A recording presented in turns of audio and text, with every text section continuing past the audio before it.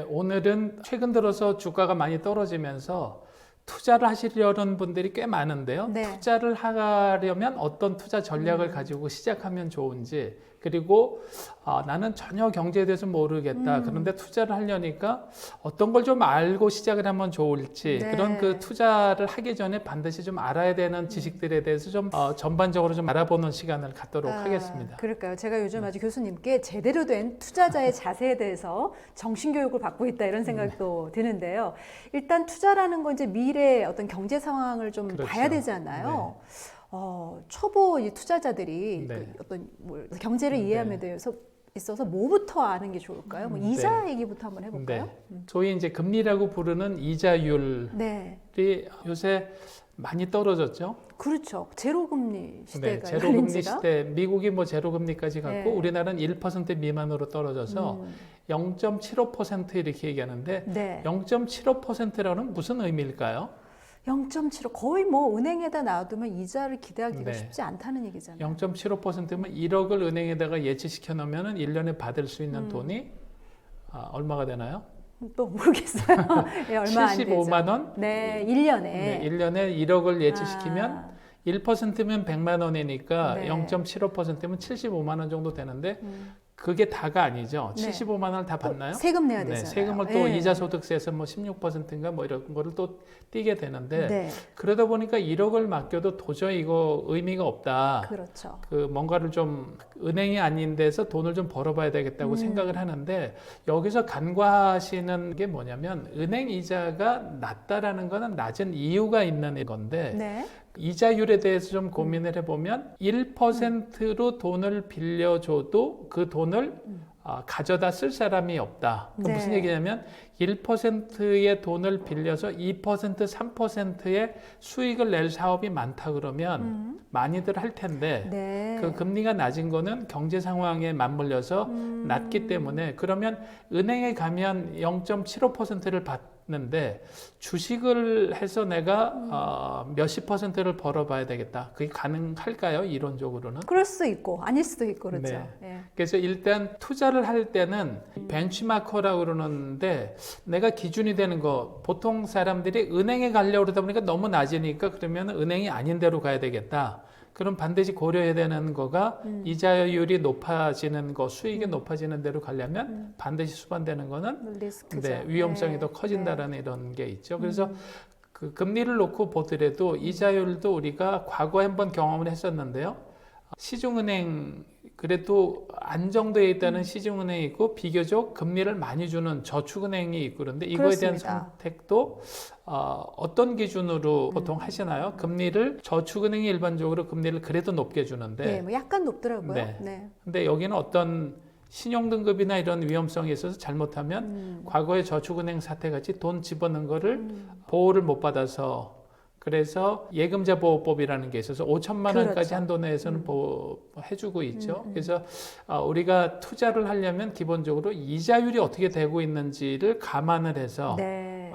시작을 하는 게 좋을 거다라고 생각이 듭니다. 그렇습니다. 그래서 요즘 들어 더 투자에 대해서 관심을 많이 가지신 이유가 은행에 넣어놔도 네. 이자율이 워낙 적고 또 저축은행은 왠지 좀 찜찜하고 네. 예, 그런 것 때문에 투자에 대한 관심도가 많이 높아지시는 것 같은데 환율을 또 민감하게 봐야 되겠죠? 네, 그렇습니다. 그 주식 시장에 참여하고 있는 세력을 크게 세 개로 나누고 있는데요. 네.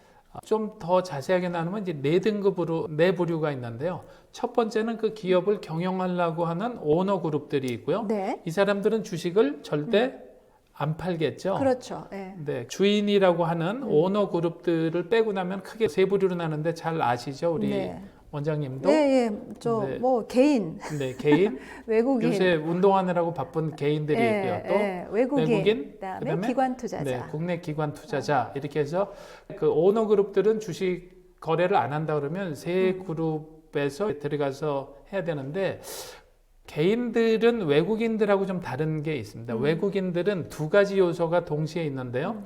삼성전자 주식을 사가지고 주가가 올라가서 수익을 볼 수도 있는데 한 가지 변수가 더 있는데요. 외국인들은 환율에 대한 그 네. 변수가 있어서 삼성전자 주가는 그대로 있는데 환차 이익을 봐가지고 수익을 낼 수도 있고 반대로 삼성전자 주가가 올라갔는데 환차 손을 봐가지고 손해를 볼 수도 있고 그런데 변수가 상당히 좀 더 복잡하게 되어 있는 이런데 그래서 개미들이 저런 얘기 많이 합니다. 외국인들이 수익을 많이 냈으니까 외국인 따라하기 이런 얘기를 많이 하는데 네, 네. 그거는 이제 따라하기가 어려운 거는 변수나 그 다음에 운영하는 이런 시스템 자체를 완벽하게 이해하는 게 쉽지 않기 때문에 그렇죠. 그걸 따라하는 게 좀 어려운데요. 그래서 환율 요인은 오히려 외국인들이 주식을 많이 팔았다 그러면은 뭐 환율이 좀 오르죠. 올라갈 수밖에는 없고요.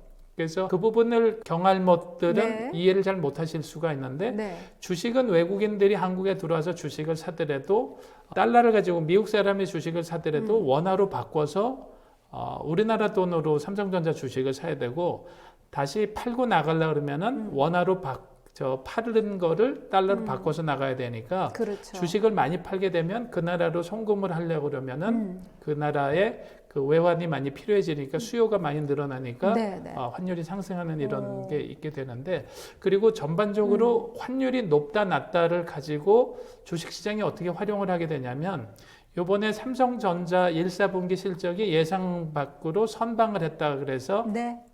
주가가 좀 올라가 현상이 있었는데 네. 크게 두 가지 요인으로 얘기하는데 네. 환율 효과도 꽤 많은 이런 예. 그 환율이 상당히 높게 올라가다 보니까 수출 기업들 입장에서는 환율이 높아지면 네. 수익성을 더 낼 수 있는 이런 이익이 되는 거죠. 네. 근데 예. 환율이 많이 떨어지면은 또? 회사에서 그 기본적인 매출액이 크더라도 뭐 이익이 오히려 줄어들 수 있고 그런데 환율 효과도 톡톡히 봤다 이런 건데 그러면 네. 환율이 높아졌을 때는 어떤 주식을 사는 게 유리할 것 같고 네.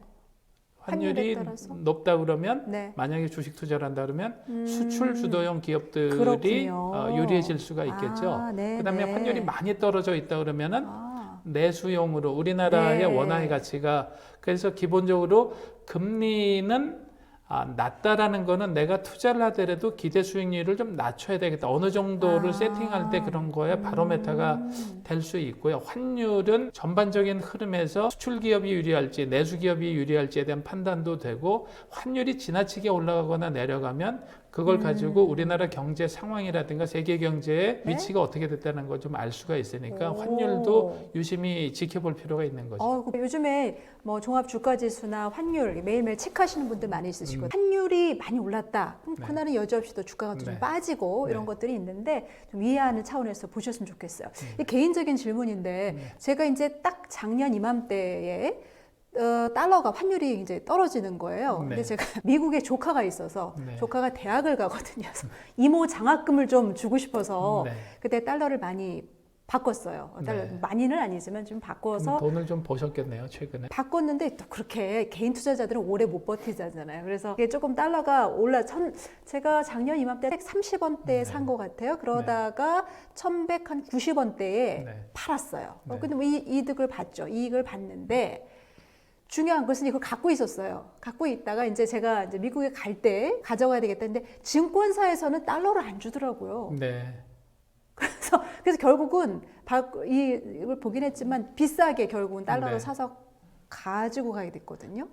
달러를 사람들이 요새 투자를 한다 그러는데 네. 달러의 환율의 변동폭에 대한 차이만큼을 돈으로 계산해 주는 게 있고 예. 실물 달러를 사서 그걸 예금을 시켜가지고 하게 되면 우리나라 금리하고 미국 금리가 다르니까 그 금리를 원화 예금이냐 달러 예금이냐에 대해서도 차이가 나고 내가 달러로 예금을 시키면 그 네. 예금 시킨 거를 달러로 인출할 수가 있지만 예. 그렇지 않은 바로 경우 하나로 바꿔져 있는 네, 거예요. 네. 그거는 처음에 그 달러를 사신 게 아니라 달러 네. 관련된 상품을 갖게 되면 내가 수치상으로는 달러의 변동폭에 대해서 수익을 보거나 손해를 볼 수 있지만 실제로 달러를 보유하고 있는 건 아니기 아니니까. 때문에 예, 맞습니다. 그래서 그거를 좀 혼돈하시는 분들도 좀 있고요. 예. 그래서 저는 달러를 가져가려고 했더니 환화로 바뀌어 있어서 네. 결국 뭐 비싸게 그거는 이제 증권사에 이제 상품으로 가입하셨던 거 같고요. 그것도 확인을 해보시고 좀 네, 투자를 하셔야 네. 될 것 같아요. 환율 환율 굉장히 중요한 부분이기 때문에 아주 네. 포인트 되는 얘기. 환율이 높을 때는 좀 수출 주도 기업을 예. 유심히 보셔라. 뭐 이런 얘기를 해주셨어요. 좋습니다. 자, 이번에는 요즘 경제 성장률 뭐 이런 네. 얘기들 많이 하는데요. 네. 경제 성장률이 뭡니까? GDP라고 하는 건가요? 네, 경제 성장률 하면은 보통 이제 GDP가 GDP 하면은 우리나라 국내 총생산, 과거에는 GNP라고 네, 해서요. 그 Gross National Product에서 국적을 상당히 중요하게 생각을 했었습니다. 1970년대까지는요. 그런데 글로벌화가 되면서 우리나라 사람이 뭐 미국 가서 어떻게 했다, 미국 사람이 한국에서 이렇게 했다라는 게 희귀할 뿐더러 이 보호무역 체제나 이런 데서 그 자체가 그 나라에 있는 국적을 가지고 있는 사람이 번 돈을 가지고 그 나라의 국력을, 그 나라가 얼마나 잘 사는 나라인지를 했다 그러면 글로벌화가 되면서 지금은 그 자체가 의미가 없고 네. 대한민국 땅에서 벌어진 게 의미가 있는 거지 우리나라 사람이 해외 나가서 열심히 돈을 많이 벌었다 네. 하는 거는 박수 쳐줄 일이긴 하지만 우리나라 경제에 보탬이 안 되죠. 보통 경제에 보탬이 되고 그러려면 국력이 좋아지고 그러려면 일단 실업률이 없어져서 좋은 일자리가 많이 만들어져야 되고 세금도 풍부하게 내고 그럴 수가 있어야 되는데 네. 그러면은 다른 나라에서 벌어진 설사 우리나라 사람들이 했다고 그래도 네. 그거는 커다랗게 우리나라에 보탬이 되지는 않는데 예. 외국 사람이 들어와서 우리나라 사람들을 채용을 해서 돈을 많이 벌면서 세금도 많이 내고 그들한테도 연봉을 많이 준다 그러면 상당히 좋은 일이 되는데요. 그렇군요. 그래서 경제 성장률을 따질 때 그런 개념에서 우리나라 땅에서 벌어진 이런 게 어느 정도 성장을 하느냐를 가지고 하는데 그걸 이제 GDP 성장률을 많이 얘기를 하는데요. 그렇습니다. 그런 차원에서 보면은 요새 1%, 2% 이렇게 되는데 국가 차원에서 1, 2% 성장을 한다고 그러는 거는 개인으로 놓고 보면 모든 국민들한테 성장률이 골고루 분배가 된다 그러면은 내가 작년에 100만 원을 벌었던 사람이라면은 성장률이 1%면 101만 원 정도의 그 경제 성장률은 자기가 갖고 가는 기대치라고 볼 수도 있고 전반적으로 이런 상황이니까 나는 거기서 어느 정도의 수치를 아까 금리나 환율에 대한 기대치랑 마찬가지로 경제 성장률이 10% 20% 되면 내가 설사 작년 대비 돈을 벌었다고 그래도 성장률에 못 미치면 나는 다른 사람에 비해서 뒤처진 게 되는 네. 거고 성장률보다 조금이라도 높으면 그래도 내가 평균보다는 잘한 것 같다 이런 게 되니까 성장률이 높을 때는 내가 기대하는 이런 거는 성장을 많이 했다라는 거는 작년 대비 파이가 커졌으니까 거기서 먹을 수 있는 거를 좀 도전적으로 좀 더 많이 갖고 온다라고 이렇게 얘기할 수 있어도 네. 예를 들어서 제로 성장이라 그러면 전반적으로 아무도 성장을 안 했는데 나 혼자만 10% 20%를 해봐야 돼, 이익을 내고 성장을 해야 되겠다는 거는 굉장히 힘든 일이 되는 거니까 성장률, 그래서 지금은 이제 제로 성장이다 마이너스 성장도 얘기를 하고 있고 네. 금리도 마이너스다 이러다 보니까 그냥 한번 투자로 해서 돈을 좀 벌어봐야 되겠다라고 해서 예. 그렇게 지금 사상 최고로 고객 예탁금도 47조 원, 어마어마한 천문학적인 돈이고요. 사상 이렇게 돈이 많이 몰렸던 적도 없고 네. 개미들이 국내는 다 장악을 했고 이미 네. 해외로 진출한 개미들도 많이 생기고 있어서 이게 한편으로는 고무적이기도 하지만 꽤 위험한 현상이라고 볼 수도 있고 그렇습니다. 그러니까 투자에 있어서 경제 성장률이라는 게 굉장히 중요한 지표군요. 그렇죠. 경제가 어떤 뭐 그만큼 바로메타가 될 수 있는 거니까. 안 돌아가니까 네. 개인들이 이제 어떤 수익을 내기가 어려운 구조다 보니까 투자에 또 관심이 보통 쏠리게 우리가 되고요. 회사에서도 네. 작년에 내가 연봉이 1,000만 원이었는데 네. 금년에 어느 정도나 오를까에 대한 기대는 보통 뭘 갖고 하죠? 회사가 어느 정도나 성장을 했고 이익을 많이 냈느냐를 그렇죠. 가지고 하는데 예. 국가 차원에서 보면은 커다란 그림에서 놓고 보면 것이 오르는 국가의 성장률이 그 안에 네. 회사의 성장률도 포함이 되다 그렇죠. 보니까 이게 뭐 다 유기적으로 연결이 된다. 볼 수 있는 것 같아요. 그런데 이게 사실 뭐 1% 성장률 뭐 이런 얘기만 이게 신문에서 네. 봐도 에게 뭐 이런 느낌이 들었거든요. 네. 근데 요즘 나오는 기사들 보면요. 마이너스 성장이라는 얘기가 네. 보여요. 이거 보통 심각한 게 아닌 것 그렇죠. 같은데 어떻게 보세요? 그런데 성장률을 예를 들어서 0이라고 놓고 보면은요. 네. 우리나라는 대기업 중심으로 경제 성장을 하고 있어서 소위 얘기하는 우리가 그 개미 운동을 하고 있는 삼성전자 주식을 많이 사는 이유는 왜 많이 사나요? 우량주고. 네, 우량주라는 거는 다른 거에 비해서 얘가 성장을 더 잘할 것 같고 그렇죠. 그러면 삼성전자가 한 10% 성장을 했다. 근데 국가 성장률은 0%다 하는 얘기는 무슨 뜻인가요? 너무 갭이 있잖아요. 네, 그러면 삼성전자가 우리나라 주식시장에서 차지하는 비중이 뭐 20%를 넘어가고 있는데 삼성전자 혼자서 실적을 많이 내서 성장을 하면 나머지는 전부 다가 아주 마이너스가 심각해야지 이거를 합쳐서 평균 성장률이 0이 되는 거니까 그래서 우리가 기대 전반적인 성장률 이상으로 무엇을 기대할 때는 그거에 대한 개념을 정확하게 볼 필요가 있거든요. 아무리 삼성전자라 그래도 이거를 다 감안해서 네. 경제 성장률을 감안할 때는 삼성전자는 이 정도 성장할 것이고 어떻게 다 감안한 수치가 나오는 네. 것인데 사람들은 이거를 계속 그 노벨상을 받았던 유진 파마 교수가 효율적 시장 가설 그래서 주가나 여러 가지 이런 것들은 지금 그 예측할 수 있는 모든 정보의 집합체다. 그래서 삼성전자 주식이 지금 이렇게 돼 있다라고 한 예를 들어서 45,000원이면 45,000원인 이유는 네. 개인이 투자를 하려고 그러면 삼성전자는 반도체가 잘 될 거고 뭐 어쩌고 저쩌고 해서 하는 얘기를 이미 감안한 거다라는 거거든요. 그래서 전문가들 소위 뭐 펀드 매니저나 이런 사람들은 네. 거기에 충실하게 따라가는데 개인들은 이러한 그 기본적인 개념이나 이런 수치를 좀 무시하고 희망사항이 많이 들어가 네. 있는 경우가 있죠. 그렇습니다. 그러니까 이제 삼성전자가 좋은 우량주라는 건 알고 있고 이제 성장 가능성이 있다는 것도 알지만 이제 경제가 전반적으로 안 좋은 상황에서 혼자 독주할 수는 없는 네. 거잖아요. 그러니까 그런 것들도 만약에 독주는 네. 할 수 있다 손치더라도 네. 삼성전자를 제외한 모든 것들이 다 안 좋다라는 뜻이기도 하다라는 그렇죠. 거죠. 예, 그래서 예. 경제 성장률이 어떻다 그럴 때는 조금 더 그러면 여기에서 어디는 조금 성장하고 어디는 안 되는지를 좀 지켜볼 필요가 네. 있다라는 거죠. 근데 그거를 일일이 다 보기가 쉽지 않으니까 네. 그래도 뭐 금리는 어떤지 환율은 어떤지 경제 네. 성장률은 어떤지는 기본적으로 좀 알고 이게 무슨 뜻이다라는 거를 좀 아는 게 도움이 된다라는 말씀. 네, 공부할 게 많네요. 자, 그렇습니다. 그래서 이 경제학자시기 때문에 이제 궁금한 건요. 앞으로의 주가. 네. 네. 어떻게 한 말씀 해주세요. 네, 조금 전에 말씀드린 대로 주가를 전망하는 거는 신도 못한다 이런 얘기가 있고요. 그렇죠. 예. 다만 저런 경우는 있습니다. 그 소위 주식을 가지고 먹고 사는 사람들이 개인들도 있고 그렇지만 대부분 그 시스템상에서 증권회사, 펀드 매니저, 투신사, 투자자문사 여러 회사들이 있는데 여기는 어떻게 될까요? 주가가 많이 올라가면 좋을까요? 여기도 올라가야 좋겠죠. 네. 근데 마냥 올라간다 그러면 예를 들어서 과거에 저런 게 있었습니다. 몇 년 전에 어떤 펀드가 아주 유명한 펀드가 있었을 때 그 펀드 매니저가 저한테 그런 얘기를 했었어요.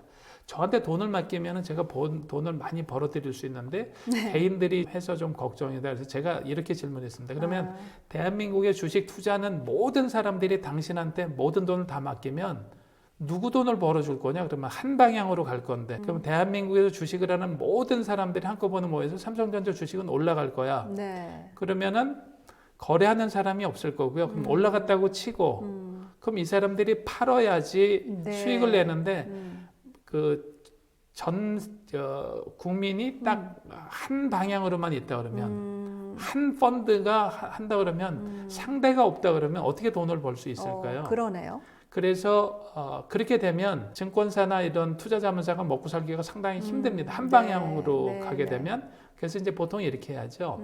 올라갑니다. 네. 그렇지만 이런 복병이 있을 겁니다. 해서 사람들한테 올라가는 기대감도 주고 불안감도 줘서 거래를 시키고 떨어질 때는 이게 바닥일 수 있습니다. 네. 반등을 합니다. V자 반등을 합니다.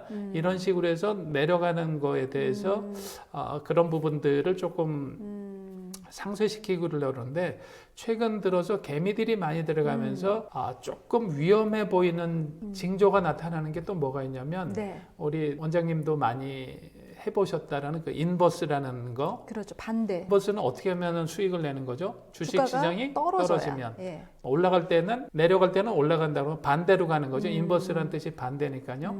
그다음에 레버리지라는 말이 상당히 중요한데요. 레버리지라는 말은 뭔가요? 금융시장에서 얘기할 때는 지렛대니까 네. 뭐 가용할 수 있는 네. 범위를 말하는 건가요? 지렛대 효과인데 보통 그 금융이나 경제에서 경영 경제에서 아주 중요한 단어인데요.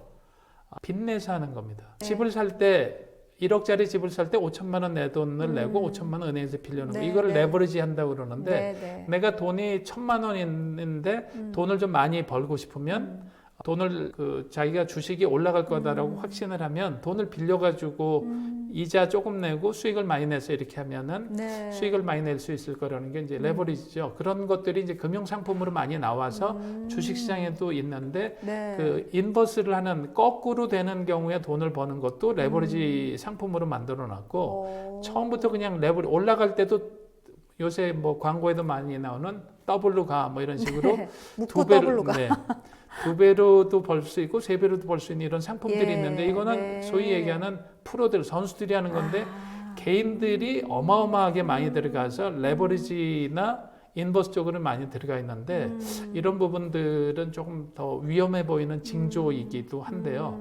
그래서 주식시장을 전망한다는 것 자체는 완전히 넌센스고요. 그거를 예측할 수 있다면 여기서 이런 뭐 거 안 신의 해도 영역을 되겠죠. 뛰어넘으시게 되는 거네요. 예, 그래서 주식시장은 삼성전자가 예를 들어서 계속 삼성전자 비율을 드리게 되는데 네. 5만 원인데 거래가 됐다라는 얘기는 5만 원에 판 사람이 있고 산 사람이 있으니까 거래가 되는 거니까 네. 판 사람도 전문가고 산 사람도 전문가입니다. 판 사람은 이게 꼭지점이라고 생각해서 파는 거고 사는 그렇죠. 사람은 바닥이라고 사는데 예, 예. 이 사람들이 같은 외국인일 수도 있고 기관일 수도 있고 개인일 수도 있고. 네, 개인일 수도 있고 그런데 보는 관점이 항상 그렇게 다르다는 거죠. 이게 방향성이 만약에 존재한다면 거래는 0이 될 수밖에 없고 주식에 관련된 모든 종사자들은 네. 실직을 해야 될지도 모르는 네. 이런. 그래서 기본적인 지수나 이런 걸 가지고 혹은 이런 얘기들을 많이 합니다. 재무제표를 공부하면 주식시장이 보인다 이런 얘기를 하시는 분들이 꽤 많은데요. 네, 네.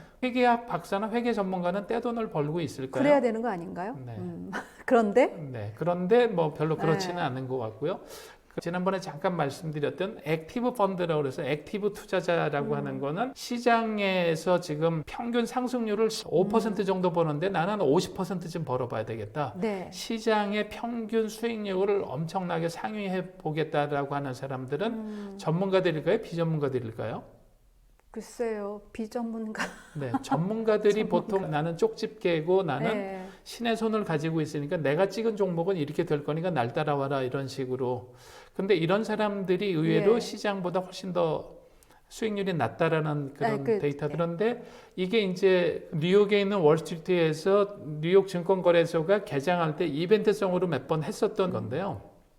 예를 들면 전년도에 최고의 펀드 매니저가 종목을 10개 뽑게 하고 3살짜리 꼬마애가 종목을 뽑게 한 다음에 연말에 돼서 네. 어디가 많이 올라가는지를 비교하는 이러한 그 원숭이도 뽑게 하고 물고기도 뽑게 하고 과거에 월드컵 때 문어가 뭐 맞아요. 이렇게 해가지고 예, 했던 예. 거랑 마찬가지로 네. 그런 식으로 했는데 원숭이가 높은 거 아니에요? 네, 원숭이나 3살짜리나 물고기가 다 펀드 매니저를 이겼다 그러는데 예. 그래서 그거에 관련된 책도 그걸 랜덤 웍스 이론이라고 그러는데요. 술 취한 사람이 지 멋대로 걸어가는 거를 랜덤 웍스라고 그러는데 그 랜덤 웍스가 이긴다라는 거는 그냥 아무런 개념 없이 종목을 뽑으면은 네. 이 종목 뽑은 거는 어떻게 되냐면 전반적인 지수를 따라가겠죠. 랜덤하게 뽑았으니까는요. 이게 그렇죠. 올라가면 전반적인 지수가 올라갔으면 당연히 올라갈 거고 내려가면 내려갈 가능성이 크지 않습니까? 네, 네. 근데 특정 종목을 뽑게 되면 네. 그거는 뭐 극과 극을 달릴 수가 있는데 항상 그런 쪽집게 선생님이 계신다 그러면 주식시장은 그 선생님만 따라다니면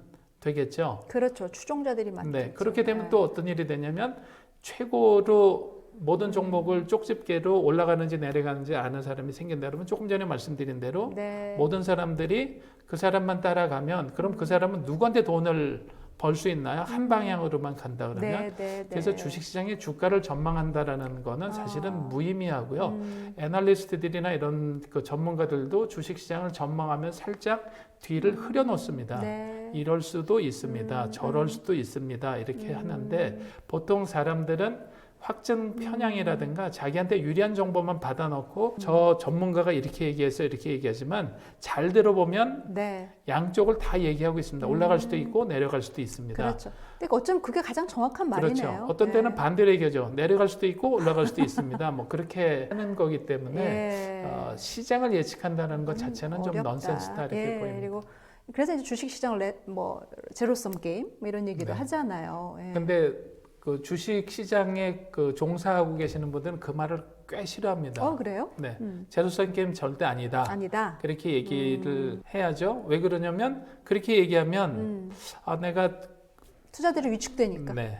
그러니까는 모두 다 승자가 될 수 있습니다. 뭐 네. 얘기를 하는데 네. 그건 좀 잘 새겨봐야 될 것 같고요. 네. 내가 어떤 주장을 하려면 제가 예를 들어서 삼성전자 주식이 전망이 좋으니까 사는 게 좋겠다고 계속 얘기하는데 제가 삼성전자 직원이든가 삼성전자 주식을 사놓고 많이 올라가기를 기대하는 사람이라면은 그 사람 말을 믿을 수는 없겠죠. 네, 네. 이런 방송에 나와가지고 나는 뭐 현 정부의 정책을 막 비판으로 한다. 근데 알고 보니까 그 사람이 야당의 뭐 열성 당원이다. 네, 네. 이런 거랑 마찬가지로 네, 네. 본인이 무언가를 주장할 때는 나는 이거에 대해서 완벽하게 자유롭다라는 그 선언을 좀 하는 게 필요한데 네. 요즘에 유튜브 방송이라든가 여러 방송 매체나 이런 데서 이런 경제 주식에 대한 얘기가 많이 나오는데 그런 종사자들이 꽤 많이 나와서 네, 네. 제약을 받지 않고 얘기하는 것들이 있는데 그런 부분들은 조금 조심해서 그 사람의 배경이나 이런 네, 거를 좀 네. 감안할 필요가 있다고 생각이 듭니다. 그렇습니다. 요즘 투자자분들이 예전하고 달라서 공부들을 많이 하세요. 네. 그러다 보니까 뭐 주식 방송도 많이 보시고 그래서 과감하게 투자들도 하시더라고요. 네. 말씀하신 뭐 인버스, 인덱스. 근데 그런 투자를 하실 때는 여러 가지들을 많이 좀 선별해서 네. 하신 다음에 최종 판단을 하시길 바랍니다. 좀 신중한 네. 조언을 해주셨습니다. 자, 주식 얘기를 조금 더 해볼 텐데요. 네. 이게 일단 어떤 기업에 대한 주식을 살 때 그 회사의 매출액을 봐야 되는 거 아닙니까? 일단 식당 하나를 운영하더라도 매출이 중요한 거잖아요. 네. 지금 개미들이 주식시장에 많이 들어와 있다고 그러는데요. 네. 그 주식을 투자하는데 이 허들을 높여서 장애물을 많이 만들어서 아주 전문가들만 주식을 할 수 있게끔 만들어 놨을까요? 아무나 할 수 있게끔 누구나 할 수 있죠. 만들었을까요? 다 열려 있죠. 자, 아무나 다 하잖아요. 그러면 네. 이분들이 다 재무제표를 공부하고 들어오는 건 아니죠. 아니요, 저도 한 번도 본 네. 적 없어요. 그러면 어떻게 판단을 하나요? 저 사실은 남들이 좋다니까?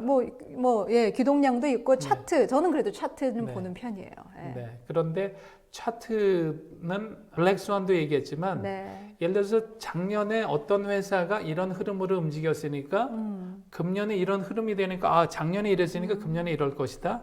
어떻게 생각이 되세요? 그럴 수도 있고 아닐 수도 있고. 네. 그럴 수도 있고 아닐 수도 있고 그런데 네.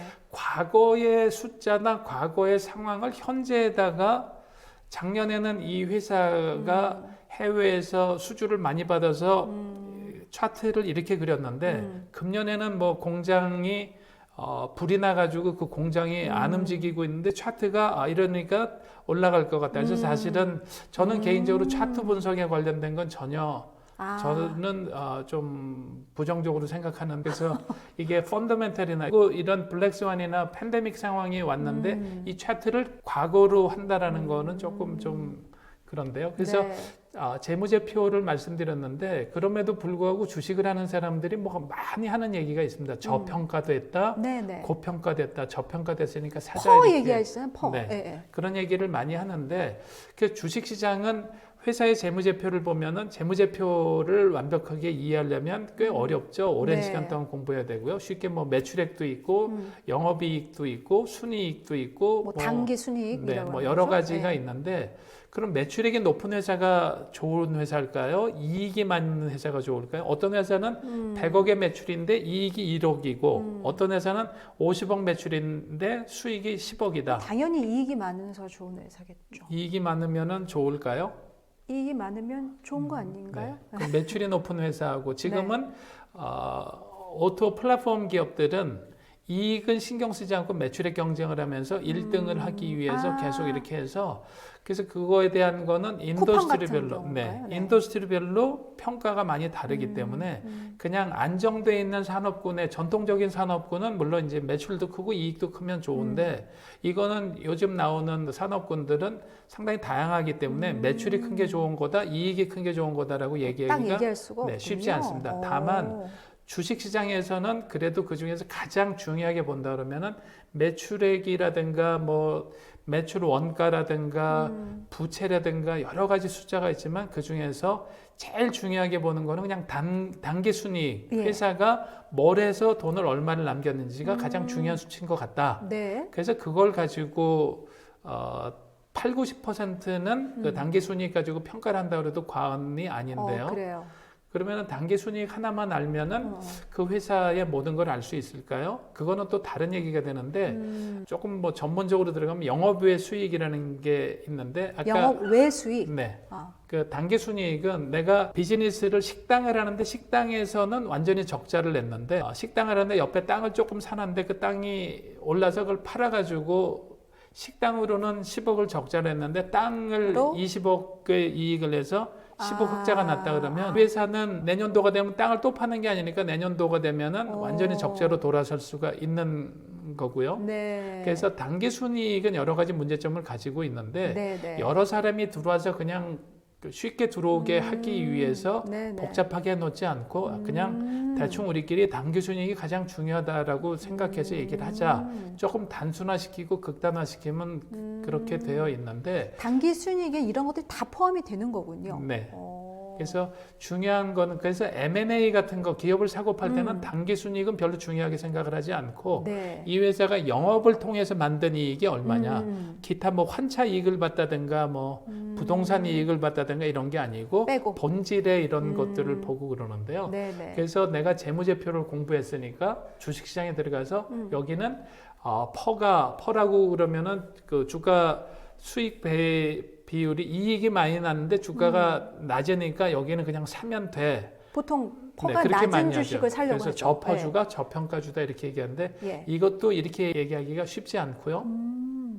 이 회사가 지금은 이익이 났는데 이미 내년부터는 여러 가지 수출 실적도 안 좋아질 것 같고 계약이 다 끊겼다 그러면 예측되는 숫자는 아주 나쁜데 퍼는 지금 숫자로 잡히기 때문에 네. 실제로 이게 미래를 반영하지는 못하기 때문에 그런데 상당히 많은 사람들은 그 퍼가 어떻고 PBR이 어떻고 이런 전문 용어들을 써면서 얘기를 하는데 그거는 단지 그냥 그런 용어가 있다라는 걸 알면 도움이 된다는 거지 이걸 네. 통해서 이게 확신을 가지고 한다라는 거는 좀 다른 얘기라고 보입니다. 그러니까 결론적으로 얘기해서 이제 주식 시장이라는 건 미래를 반영하는 거잖아요. 네. 그러니까 뭐 말씀하신 거 매출액이니 단기 순이익이니 뭐 퍼니 이런 것도 확실하게 네. 예단할 수는 있는 건 없다. 네. 그렇게 말씀을 해주셨는데 그래도 투자자 입장에서는 뭐라도 하나 보고 사야 되는 거잖아요. 네. 뭘 가장 염두에 두면 좋을지 그래도 얘기해 주세요. 그러니까 진짜로 어려운 얘기인데요. 네. 뭘 보고 산다라는 이런 건 그래서 보통 세계적인 투자자 뭐 피터 린치가 어떻고 누구는 어떻고 얘기를 해서 나는 뭘 본다 이렇게 얘기하는데 단기 순이익을 본다라는 사람도 있고요. 네. 순자산을 사람도 있고 배당을 많이 해주는 회사를 본다는 데도 있고 그런데 사실은 우리나라는 배당 성향이라 해서 회사들이 배당 금액이 상당히 인색합니다. 그러다 보니까 배당이 거의 없다 보니까 주가 등락에 따라서 주식을 사고 파는 단기적인 도박성 성향을 가질 수 있는 경우도 있는데 미국과 같은 경우는 우량주를 배당 성향을 나름대로 정해놓고 예측 가능하게 배당을 받아서 은행 금리보다는 좀 높게 그래서 주가의 등락 때문에 차액으로 수익을 내려고 하는 게 아니라 은행 이자보다는 높은 거로 안정적으로 은행 이자가 1%인데 뭐 코카콜라 주식을 샀는데 매년 2%는 배당을 준다 그러면 그런 거는 주가가 올라가면 덤으로 좋은 거고 기본적으로 이제 그런 그래서 내가 어떤 상황이냐에 따라서 어떤 주식을 가지고 있고 하는 게 좀 도움이 된다고 생각이 되고 절대 권유에 의한 거나 뇌동매매라는 건 좀 안 하시면 네. 좋겠다라는 생각이 들고요. 그렇습니다. 나한테까지 정보가 올 때는 이거 다 한다고 네. 봐야 되는 거죠. 네. 네, 그렇습니다. 그러니까 어쨌거나 투자는 오롯이 자신의 몫이기 때문에 어떤 것을 좀 중점적으로 보느냐 이것도 다 네. 다를 수 있다. 그렇습니다. 뭐 이런 네. 얘기를 해주셨네요. 예, 오늘은 그래서 뭐 투자자들이 꼭 좀 아셔야 될 경제 네. 용어들이랄까 이런 걸 좀 정리해봤는데요. 네. 많이 도움이 됐어요. 아유. 또 다음 시간에는 좀 더 좀 세분화시켜서 네. 좀 다양한 또 투자 전략에 대해서 알아보도록 하겠습니다. 네, 감사합니다. 네, 고맙습니다. 네.